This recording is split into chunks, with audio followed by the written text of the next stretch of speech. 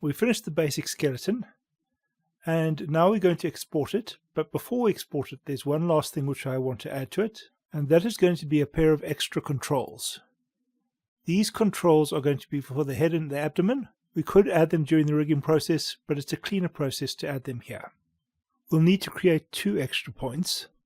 I'll create an add node. There'll be 2 points and we'll activate them. We'll not need to do anything else with them. We'll then get a name node so we can name the joints. We'll set these to be point names. There'll be 2 of them. I'll name the first point head up, and I'll name the second point abdomen up. These points need transforms in order to become joints, so we'll assign them using the reorient joints node. We do not need to do anything in this node.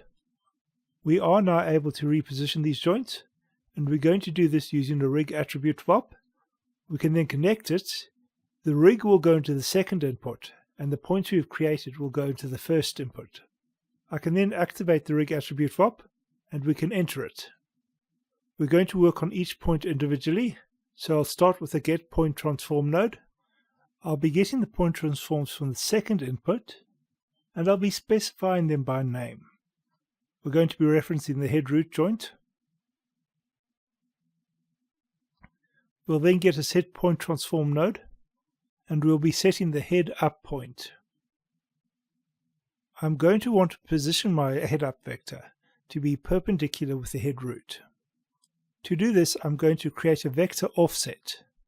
This offset is going to be rotated by the head root, and then it is going to be transformed into the space of the head root. We'll need to start with a vector, so I'll need a float 4 to vector node. This needs to be a float 4 because we're going to be multiplying this vector by a matrix, and the size of the vector needs to match the size of the matrix. In this case, we're working with a 4x4 matrix. We'll be creating a vector that points up in the y direction. I then want to test this by setting our point position, so I'll need a vector 4 to matrix node. I can place it into the 4th input in the vector 4 to matrix node. This will set the position. The vector 4 to matrix node can then be plugged into the set point transform node. This will allow us to set the point's offset in y. I'll set this to 0.25. We now want to rotate this offset by the head root's transform. Unfortunately, in this rig it will be very difficult to see the results of this. We'll then get a multiply node, and I'll plug my vector into the first port of this node. Note the vector has to be in the first point. We cannot reverse the multiplication. I'll then get the transform from the head root, and this will be plugged into the second port of the multiply node. The up vector is now being rotated by the head root. It's very hard to see. If you look carefully, you'll notice that it is offset from the y-axis.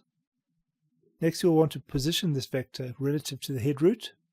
So I'll need a matrix to vector 4 node. This will be connected to the head root's transform. I'll then get an add node. We'll get the position from the final vector port, and this will be plugged into the add node. We can then add our up vector to this.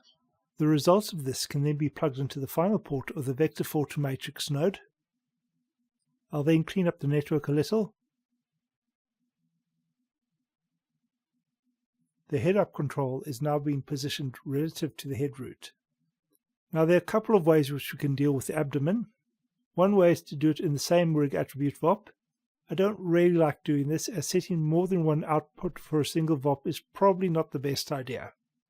We could also perform a for loop, but this is only for 2 nodes, and we'll be covering for loops later when I get to the rig. So in this case I'll make 2 rig attribute VOPs, one for the head and one for the abdomen. So I'll rename this rig attribute VOP to head up, and I'll duplicate it. The head up VOP will plug into the first input of the duplicated node, and the rig will plug into the second. I'll then rename the node abdomen up. I'll enter the node, and we're going to change the names of the targeted points. First, the get point transform node.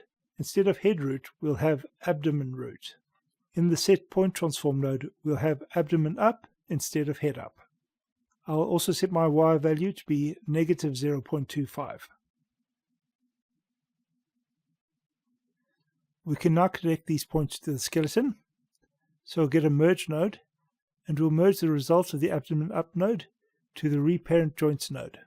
To make sure that all the points are in a hierarchy, I'll get another reparent joints node. I'll want two operations. I'll want the head root as a parent. The head up will be the child. For the second parenting operation, the abdomen root will be the parent, and the abdomen up will be the child. I will not bother with setting transforms for these. These are going to be controls, so I'll be updating their transforms during the rigging process. This is now a completed skeleton, and we can export it as geometry. I'll first get an attribute delete node. I'm going to delete any extra attributes as we don't really need them for the rigging. I'll delete the X, Y, and Z attributes. I will delete the effective local transform attribute, and I'll delete the scale inheritance attribute. Some of these attributes will be recreated during the rigging process, but I'd rather start the rigging process as clean as possible. The most important points for us to keep are the name, the position, and the transform. I could probably even get away with removing the local transform and the color, but I'm going to leave those for now. I'll then want a ROP geometry output node. I'll be exporting this to the HipGeo directory, and I'll call it bugskeleton001. This will be a bgo.sc file, and I can then save to disk. In the next video, we'll do the basic setup for our rig and our controls.